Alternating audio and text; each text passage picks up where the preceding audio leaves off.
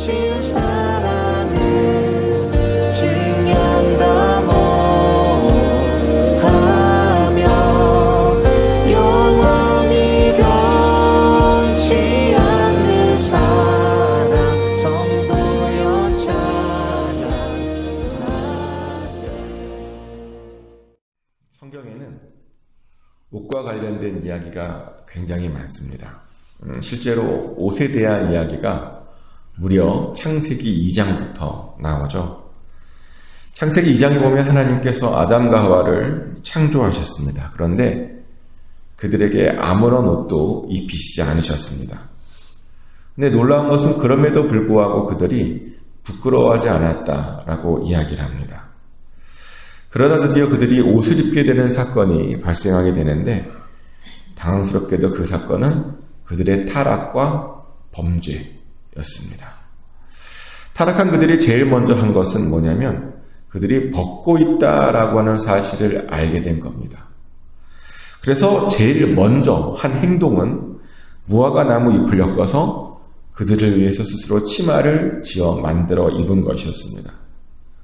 그래서 하나님께서 그들을 부르셨을 때 그들이 이렇게 말하기도 하죠.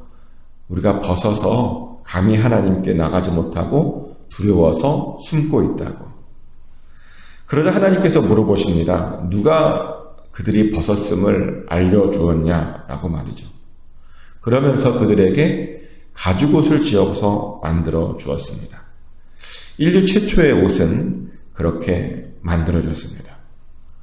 그래서 우리가 입고 있는 이 옷들은요, 사실 인간의 범죄에도 불구하고 하나님께서 용서해 주시고 은혜를 베풀어 주신다라고 하는 것을 상징하는 겁니다. 우리가 옷의 의미가 그런 것입니다. 죽을 수밖에 없었던 존재가 하나님의 은혜로 용서받아서 살았다라고 하는 뜻이 바로 이 옷에 담겨 있다는 겁니다. 그러다 보니 반대로 옷을 벗으면 성경은 심판과 저주로 연결되어집니다. 실제로 노아의 이야기에서 바로 그런 장면이 나오는데요. 노아의 가족은 홍수가 끝나고 땅에 내려와서 포도 농사를 지었다고 합니다. 그런데 어느 날 노아가요, 포도로 만들어진 그 포도주를 너무 많이 마셔서 옷을 벗고 취해서 잠들었답니다. 근데 그 모습을 이제 함이 보고 다른 형제들에게 알리게 되죠. 그래서 바로 그것 때문에 함의 자손들이 저주를 받게 되는 일이 있었죠. 아버지가 벗고 술을 마시고 있는 것을 본 죄로 놀랍게도 함의 자손들이 저주를 받았다는 겁니다. 많은 사람들이 이 장면을 보고 이해하지 못하겠다라고 이야기합니다. 아니, 벗고 있는 것을 보는 것이 죄냐라고 이해가 안 된다라는 말을 많이 하죠. 근데 그 이야기가 아담과 하와의 이야기랑 연결되면 이해가 됩니다. 왜냐하면 벗고 있다는 것은 뭐냐면 하나님의 은혜를 잃어버렸다는 뜻이 되고요. 하나님의 은혜를 잃어버린 상태에서 있는 사람을 정죄하고 그것을 보고 다른 형제들에게 알린 것이 되기 때문입니다. 또 벗은 것이 하나님의 심판과 관련된 것이 또 있는데요. 이사야가 벗고 다녔다는 것 아십니까? 무려 3년 동안 벗고 다녔습니다. 이사야 20장 2절부터 3절까지의 말씀이죠. 그때 여호와께서 아모스의 아들 이사야에게 말씀하여 이르시되 갈지어다 내 허리에서 배를 끄르고 내 발에서 신을 벗을지니라 하시매 그가 그대로 하여 벗은 몸과 벗은 발로 다니니라. 여호와께서 이르시되 나의 종 이사야가 3년 동안 벗은 몸과 벗은 발로 다니며 애굽과 구스에 대하여 징조와 예표가 되었느니라. 아멘. 하나님께서 이사야에게 옷을 벗고 다니랍니다. 무려 3년 동안 옷을 벗고 다니랍니다. 그런데 그것에 의미가 있답니다. 그 벗은 것은 애굽과 구스를 향한 하나님의 징조와 예표랍니다. 애굽과 구스 사람들이 그렇게 심판받아서 나중에 그렇게 벗은 몸으로 끌려갈 것이다 라고 하는 것을 보여주는 것이랍니다. 이렇게 벗은 것은 심판과 저주와 관련이 있습니다. 반면에 좋은 옷을 입고 있는 것은 사랑받고 있음을 보여주는 것이죠. 그 대표적인 것이 요셉의 채색옷이었습니다. 요셉의 형들이 왜 요셉을 싫어했는지 아십니까? 다른 이유 없습니다. 요셉이요, 채색옷을 입고 있었기 때문입니다. 형들과 그것으로 다른 대우를 받고 있다라고 생각했기 때문입니다. 아버지의 특별한 사랑을 받고 있다라고 생각했기 때문입니다. 그러다 보니 그 채색옷 때문에 결국 형들이 시기했고 요셉을 팔아 넘긴 것이죠. 이렇게 특별한 옷은 특별한 사랑을 받고 있음을 보여주는 것입니다. 그리고 놀랍게도 이 옷이요, 신구약을 연결하기도 합니다. 아시다시피 이스라엘은 꽤 오랫동안 다시 올 엘리야를 기다렸습니다. 왜냐하면 구약의 마지막 예언서인 말라기 맨 마지막 절들이 이렇게 끝났기 때문이죠. 말라기 4장 5절부터 6절까지 말씀입니다. 보라, 여호와의 크고 두려운 날이 이르기 전에 내가 선지자 엘리야를 너희에게 보내리니 그가 아버지의 마음을 자녀에게로 돌이키게 하고 자녀들의 마음을 그들의 아버지에게로 돌이키게 하리라. 돌이키지 아니하면 두렵건대 내가 와서 저주로 그 땅을 칠까 하노라 하시니라. 아멘. 방금 읽어드린 말씀은 말라기 맨 마지막 2절입니다. 근데 맨 마지막, 구약의 그러니까 맨 마지막 2절이라는 거예요. 근데 그 2절에 뭐라고 말하냐면 크고 두려운 날이 이르기 전에 엘리야가 올 것이랍니다.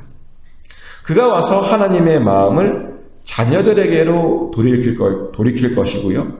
또 자녀들의 마음은 하나님께로 돌릴 것이랍니다. 이렇게 예언이 마지막 말라기에 있습니다.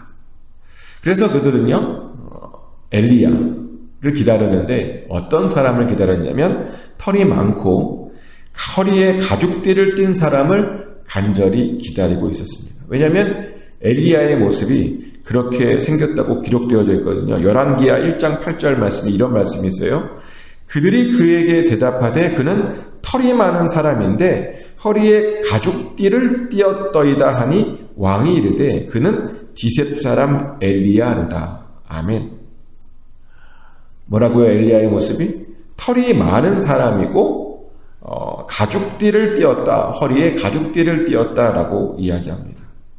근데 예수님께서 오시기 전에 이렇게 생긴 사람이 나타날 것이랍니다. 그리고 나타났죠. 누구죠? 세례 요한입니다. 놀랍게도 성경은 세례 요한의 모습에 대해서 이렇게 기록하고 있습니다. 마가복음 1장 6절 말씀입니다. 요한은 낙타 털 옷을 입고 허리에 가죽띠를 띠고 메뚜기와 석청을 먹었다. 털은 없었던 것 같아요. 근데 털이 없으니까 뭘 입었냐면 낙타 털 옷을 입었답니다. 그리고 허리에는 가죽띠를 띠고 있었답니다. 마치 누구처럼요? 엘리야처럼. 엘리야의 모습 그대로 세례 요한이 나타난 겁니다. 말라기 예언이 정말 성취된 겁니다. 근데 그 예언의 성취를 뭐로 보여줬다고요? 옷으로. 입고 있는 옷으로 보여주었다는 것입니다.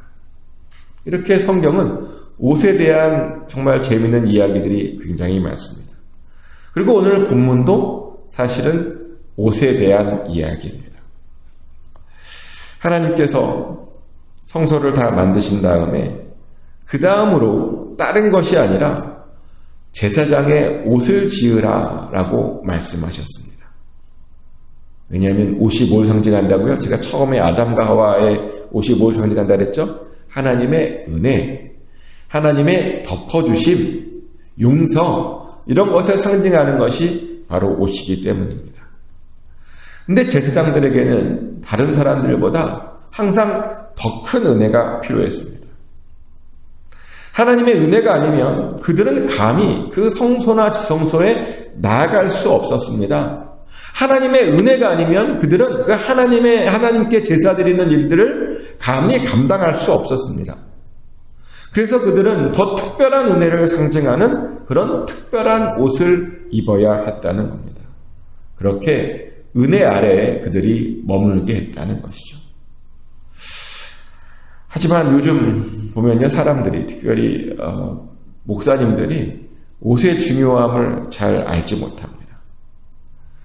미국에 가서 놀랐던 것은 미국 목사님들이 설교를 하는데 반바지를 입고 하와이안 티셔츠를 입고 설교를 하더라고요. 보셨습니까? 네. 깜짝 놀랐습니다. 적응이 안 돼서요. 그래서 너무 궁금해서 이렇게 입고 해도 되냐고, 성도들이 뭐라 그러지 않냐고 그랬는데 그들이 하는 말이 그래도 된다고. 그래서 이런 말을 하더라고요. 어떤 옷을 입고 있는 것이 중요한 것이 아니라고, 오히려 성도님들의 옷처럼 입어야 더 성도님들과 가까워진다고 그러는 거예요. 그래서 그런가 보다. 나중에 나도 꼭 하와이안 티셔츠에 반바지 입고 설교해 봐야지. 우리 교회도 저에게 그렇게 말씀하시는 분이 있더라고요. 목사님 반바지 입고 설교하시죠? 지난 여름에 하마터면 반바지 입고 설교할 뻔했습니다. 그런데요, 아닙니다. 옷에는 특별한 의미가 있습니다. 특별한 옷은, 반복해서 얘기하지만 특별한 옷은 특별한 은혜를 상징합니다. 그리고 특별한 옷이 우리를 거룩하게 만들어 주기도 합니다. 오늘 우리가 읽었던 본문의 2절, 3절 보세요. 내 형 아론을 위하여 거룩한 옷을 지어? 거룩한 옷이래요.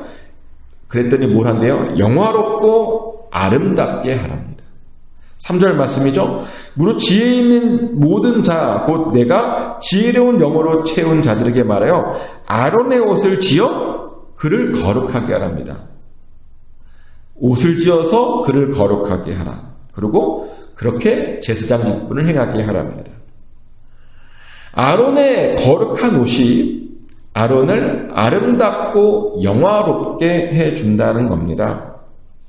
아론이 거룩한 것이 아니랍니다. 아론이 거룩한 옷을 입었기 때문에 그가 거룩하고 아름다운 것이랍니다. 그리고 그런 거룩한 옷을 입었기 때문에 그가 그런 제사장 직분을 행할 수 있는 것이랍니다. 이렇게 하나님께서는 거룩하고 특별한 옷을 강조하셨습니다. 그래서 우리도요, 거룩해지려면 사실 제사장들처럼 거룩하고 특별한 옷을 입어야 합니다. 그럼 그런 옷이 뭐냐? 바로 그 옷이 예수 그리스도라고 하는 옷인 것을 믿으시기 바랍니다. 바울이요, 우리가 입을 그 예수 그리스도라고 하는 옷에 대해서 이렇게 말하죠. 로마서 13장 12절부터 14절까지 말씀인데요. 제가 읽어드리겠습니다. 밤이 깊고 낮이 가까웠으니 그러므로 우리가 어둠의 일을 벗고 빛의 갑옷을 입자. 낮아와 같이 단정히 행하고 방탕하거나 술 취하지 말며 음란하거나 호색하지 말며 다투거나 시기하지 말고 오직 주 예수 그리스도로 옷 입고 정욕을 위하여 육신의 일을 도모하지 말라. 아멘. 바울 사도의 말에 따르면 밤이 깊고 낮이 가까워졌답니다. 그래서 우리가 어떤 옷을 입어야 되냐면 일단 빛의 갑옷을 입어야 된답니다. 근데 우리가 입어야 되는 빛의 갑옷이 뭐냐? 봤더니 예수 그리스도라고 하는 옷이라고 이야기합니다. 예수님께서 우리를 위해서 죽으신 줄만 알았는데 우리에게 옷도 주셨습니다. 근데 그 옷이 예수 그리스도라고 하는 옷입니다.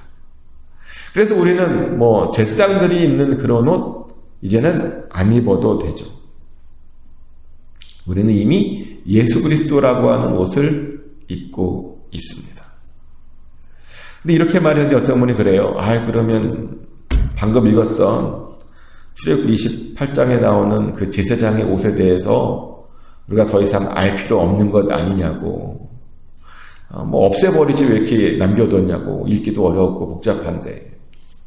근데 우리가 예수 그리스도라고 하는 옷을 입었다고 해서 우리가 읽었던 제사장의 옷에 대해서 알 필요가 없다라고 하는 그런 말은 아닙니다. 사실 우리가 읽었던 제사장의 옷 안에도 굉장히 중요한 메시지들이 많습니다. 첫 번째로 몇 가지만 잠깐 나눌게요. 간단하게. 첫 번째로 중요한 것은 이 제사장의 옷을 만든 재료죠. 이 제사장의 옷을 뭘로 만들었다 그래요? 금실과 청색, 자색, 홍색 실과 가늘로 꼰 배실로 되어 있다고 제가 말씀드렸습니다. 자, 근데 이 실들 어디서 많이 보지 않았습니까? 어디서 봤죠? 성소, 그쵸? 성소의 첫 번째 덮개를 만들던 그 실들이 바로 이 금실, 청색, 자색, 홍색 실, 가늘게 꼰 배실이었습니다. 근데 제가 그때 이거를 설명해 드리면서 이 실들이 의미하는 게 있다고도 말씀드렸습니다. 뭘 의미했죠? 이 실들은 예수 그리스도를 상징한다라고 말씀드렸습니다. 예수 그리스도의 인성과 예수 그리스도의 왕권과 예수 그리스도의 죽으심 이런 것들을 상징해. 그래서 실 자체가 예수 그리스도를 상징한다고 말씀드렸습니다. 근데 이 실로 옷을 만들었답니다. 그 말은 제사장들이 지금 뭘 입고 있다는 거예요? 예수 그리스도를 입고 있다는 겁니다. 제사장들이 입고 있는 옷이라는 게요, 결국은 우리가 입고 있는 이 옷과 똑같은 옷인 예수 그리스도라고 하는 옷이라는 겁니다. 하나님께서 이미 제사장들에게 예수 그리스도라고 하는 옷을 주셨다는 것이죠. 또 우리가 봐야 할 것은 그 옷과 같이 있는 판결 흉패입니다. 이 판결 흉패를 가만히 보면 하나님의 통치를 상징하는데요. 이 판결 흉패에는 총 12개의 보석이 있다라고 이야기합니다. 그러면서 연이어 말하기를 이 12개의 보석이 12지파를 상징하고 있답니다. 즉 12지파를 하나님께서 다스리고 있음을 이 판결 흉패가 보여준다는 것이죠. 자, 이 판결 흉패가 근데 왜 중요하냐면요. 이 판결 흉패에 뭐가 있냐면 12개의 보석이 있는데 놀랍게도 이 12개의 보석이요. 나중에 우리가 들어가게 될 새 예루살렘 성과 관련이 있기 때문입니다. 요한계시록 21장에 보면 새 하늘과 새 땅이 열리게 되고 새 예루살렘 성이 하늘로부터 내려온다고 이야기합니다. 그런데 그 새 예루살렘 성의 기초석이 뭐냐면 방금 우리가 읽었던 판결 흉패에 나오는 12보석이 바로 그 새 예루살렘의 기초석이다라고 이야기를 하죠. 그 말이 무슨 말이냐면요. 예수 그리스도께서 다시 다스리시는 그 나라, 그 새 예루살렘 성이 지금 어디에 있다는 거예요? 제사장의 옷 중에 하나인 판결 흉패에 담겨 있다는 겁니다. 하나님께서 영원히 그들을 통치하시겠다라고 이미 제사장 옷 안에 그렇게 선언하고 있다는 것입니다. 이렇게 제사장의 옷에는 중요한 것들이 굉장히 많습니다. 사실 이것도 할 얘기가 너무 많은데 벌써 시간이 거의 다 됐어요. 너무 아쉬워요. 그래서 우리는요, 그 의미를 잘 알아야 됩니다. 그리고 우리들은 반드시 예수 그리스도라고 하는 옷을 잘 입고 있어야 됩니다. 오늘 한 얘기 중에서 이거 하나만 기억해도 사실은 됩니다. 우리가 예수 그리스도라고 하는 옷을 잘 입고 있어야 된다. 항상 하나님의 은혜 아래에 있어야 된다. 우리가 그 옷을 벗으면요, 저주와 심판을 받게 됩니다.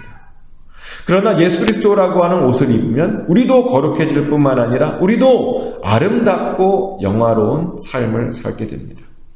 그것이 바로 우리에게 예수 그리스도라고 하는 옷을 주신 예수님의 뜻입니다. 축복하는 것은 예수 그리스도라고 하는 옷을 잘 입으셔서 항상 하나님의 은혜 아래 거하시기를 예수 그리스도의 이름으로 축복합니다. 하나님 크신